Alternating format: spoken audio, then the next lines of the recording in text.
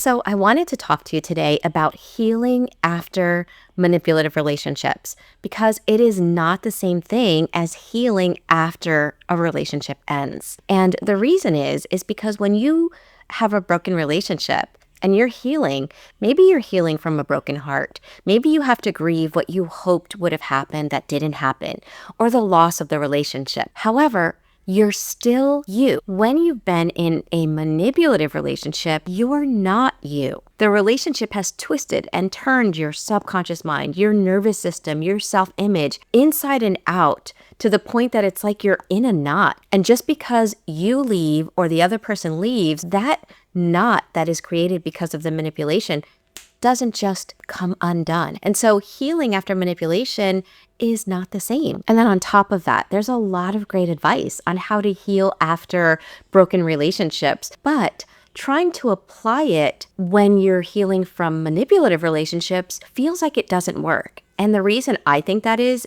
because I think that a lot of the focus is on what to do externally, what to look for and how to act, which is great advice. But remember, manipulation changes us on the inside.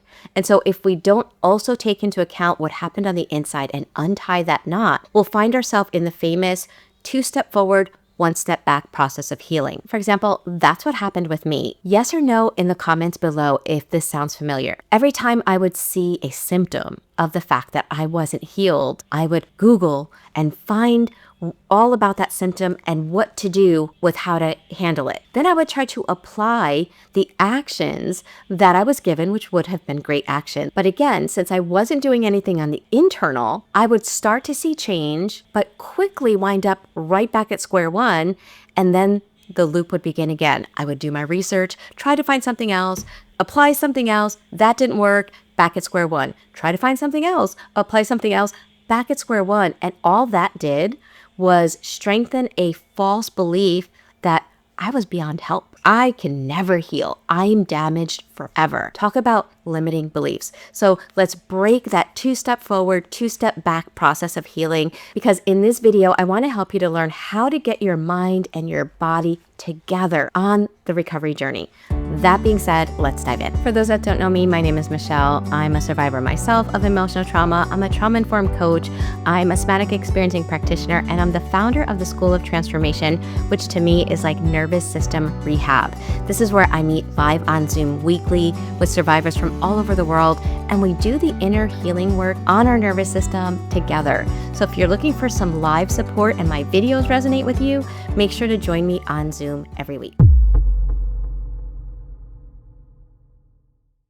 So remember, in the beginning of this video, I mentioned that manipulative relationships change you, right? You're so different at the end of them.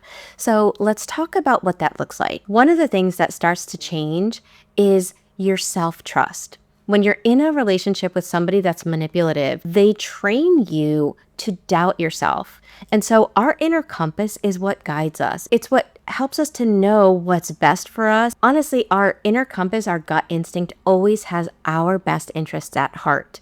However, a manipulative person can cause you to override your own inner gut instinct. And the danger of that is that you then put your trust in the other person, the person that's manipulating you, to explain and make sense out of reality. And sadly, they're on a whole different plane of reality. And so then by putting your trust in them and almost separating from yourself, it's almost like the manipulative person gets a back door into your subconscious beliefs.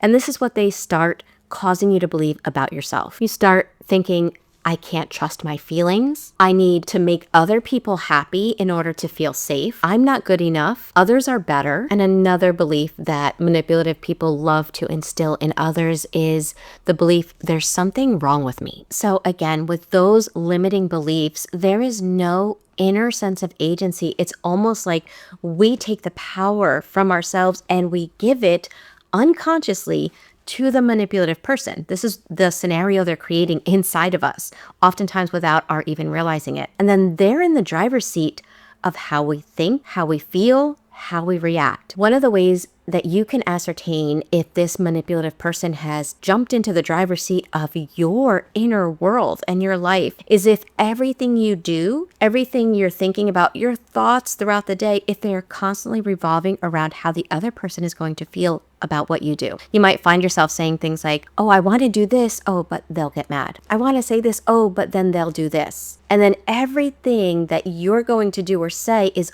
only allowed if the other person doesn't get upset. And by the way, this can be so unconscious. I know with myself, and this is kind of embarrassing, but I know with myself, one of the things that I used to say back when I didn't realize that I myself was no longer in the driver's seat of my inner world, I remember saying, is it wrong that I feel upset when somebody says this to me? Like, I remember even doubting my own normal feelings to abusive and unkind behaviors, and I couldn't even stand in my own agency by saying, that's rude, that's unloving, that's unkind. I almost doubted that my perception of that was correct, because that's exactly what the manipulation is designed to do, cause you to doubt yourself. The other thing that causes you to not be you after manipulative relationships is that they mess with your nervous system. So think of your nervous system as like the gears to a manual car, right? You need first gear through fifth, you need reverse, you need all the gears. They all serve a purpose. But imagine that you get stuck with only one gear functioning. Imagine reverse, right? We do need reverse, but imagine that's the only gear and you're trying to get everywhere in life in reverse gear. That's going to cause chaos in your life. Well, the same thing happens when your gears or your nervous system responses get stuck. And so in a manipulative relationship, for example, one of our trauma responses is fight. Manipulative people love to get you stuck in a fight trauma response, and they can take the most docile, patient, kind person and turn them into a reactive, angry, resentful, miserable person. And they do this through punishments and rewards. So for example, in one relationship that I was in, I would forgive really fast and I would try to make peace. The weird thing, and this you will notice in manipulative relationships, is the more you are being kind, the worse things get. The longer the fight lasts, it makes no sense. And so eventually I would explode, right? After a certain amount of time of somebody poking, you explode. And then what happens with the explosion is they change, they become kind, or if they don't become kind, they at least let up on the abuse, which feels kind when you've been enduring a lot of abuse. And then what happens is the next time there's a discussion or a disagreement, you explode just a little bit faster, and then you get that let up of abuse. Your nervous system starts noticing that the fight, the reactivity, causes a positive for you. And you can get stuck then in a fight trauma response where over a period of time, maybe it took you a long time to explode. By the end of the relationship, the narcissist can just give you a look, can say one tiny little word, but your fight response muscles now are so strong with overuse that you react like that. So you get the idea, right? That manipulative relationships change you on the inside. And so then you go to heal. And there's a lot of information about how to spot manipulative people, how to react or respond to manipulative people. And the advice could be great, but if you're not working on the inside with your subconscious beliefs and your nervous system, that's what causes that 2-step forward, 2-step back healing recovery journey. So let's talk about what's needed in order to heal. And so how we heal on the inside is by uprooting the disempowering beliefs that honestly aren't part of who we truly are and replacing them with beliefs that are in harmony with how we see ourselves and our authenticity. So for example, instead of I can't trust myself, we need to learn that my feelings matter and I can listen and trust them. And instead of I have to please others in order to be safe, we need to learn that I'm allowed to set boundaries and my boundaries keep me safe. But I want to be real with you, right? That's a lot easier said than done. And I think this is the challenging part, and this leads to that 2-step forward, 2-step back recovery as well is we start learning this on a cognitive level. Like, oh, my beliefs matter. I'm allowed to put down boundaries. We get it. Our mind believes it, and our body starts freaking out. And so we go to put down a boundary. The other person gets upset. The emotions and discomfort in our body cause us to disrespect our own boundaries, and we go right back to trying to find safety by making the other person happy. And so this is where somatic education is so helpful, because when we don't understand what's happening, we notice the discomfort, our body registers our actions of boundaries as danger, and we get sucked back in. But when we understand it, we start being able to work through it. And so the first thing we have to understand is that our subconscious beliefs are like muscles. I can have the knowledge of what exercise will strengthen my biceps, but it's not until I am regularly exercising them that I'm going to see a difference. And so with the beliefs that we don't want, just like a muscle, and our muscles are very use it or lose it. So the muscles that we stop exercising do not get weak overnight. There's a period of time before where it was at gets to, and then where it becomes as a result of lack of use. It's the same thing with our beliefs. We might have a very strong belief, I need to make you happy in order to stay safe, and I'm trying to strengthen a new muscle or belief that I'm allowed to set boundaries because my boundaries keep me safe. But for a period of time, the old belief and the new belief are both online, so to speak, at the same time. And so that's where the discomfort comes up in the body. And so that's where, just like going to a gym is going to help you to strengthen the muscles that you want strengthened, we need to find a nervous system gym, so to speak, that helps us to strengthen the new beliefs that we're trying to strengthen so that we can heal from manipulation. And that's exactly where the School of Transformation comes in. That's what we do.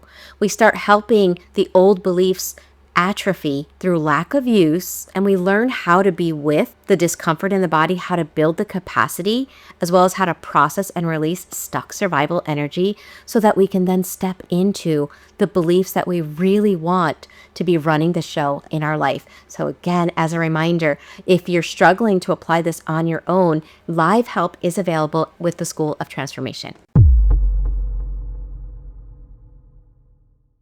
And then once we have the internal programs and our nervous system in place, how it needs to be, then the external actions that we need to take to heal from manipulation and to keep ourselves out of manipulative relationships becomes a lot easier. Some of those external measures are, one, setting boundaries, learning to say no and sticking to it even if it feels uncomfortable and even if it makes someone else uncomfortable. We can even start small. We can practice saying no thank you in low stakes situations and then build to be able to say no to people that are more difficult. And remember, remind yourself, boundaries are for your protection.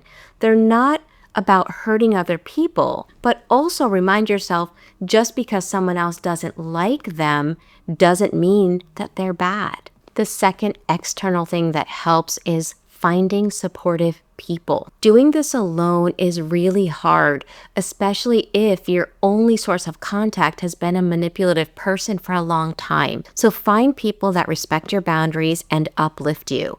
You can join a support group online with like-minded people that are on the same journey. And remember, avoid spending time with people that dismiss your feelings. Tip number 3 is to begin rebuilding your self-trust muscles. You can start by listening to your gut instinct. Manipulation, remember, it teaches you to ignore yourself and think that you need somebody else's validation. But you can practice by making small decisions without asking for advice and really reflect on the question, what feels right for me in this moment, even if others don't agree? Tip number 4 is about learning about manipulation tactics. It is important to understand things like gaslighting, guilt tripping, or even love bombing. You can write down examples from your own experience and see if you can notice patterns. We can't really heal until we can see it and bring it into our conscious awareness. So to sum it up, imagine healing from manipulation as building a house. We always have to start with a strong foundation. And so our foundation is learning how to find safety within ourselves. It's the nervous system work that's needed. The walls of the house are like our beliefs, and we need to replace harmful beliefs with empowering ones. The doors and windows, just like on a house, are the boundaries. They're the boundaries that we install in our new relationships. And think of your nervous system like a traffic light. Green is like the safe zone. It's when we feel calm and connected. Yellow is caution, where we're on edge and we're anxious, maybe walking on eggshells. Red means danger, where we're overwhelmed or frozen. Manipulative people work very hard to keep you either in the yellow or the red zone. And so when we do the work to heal, we are teaching our body how to stay in the green zone more often. And when we notice the yellow or the red, we're able to work with our nervous system somatically so that we can guide our nervous system back to green. And so if nothing else, I hope you take away these key points that healing from manipulation is about first reconnecting with your body and your nervous system.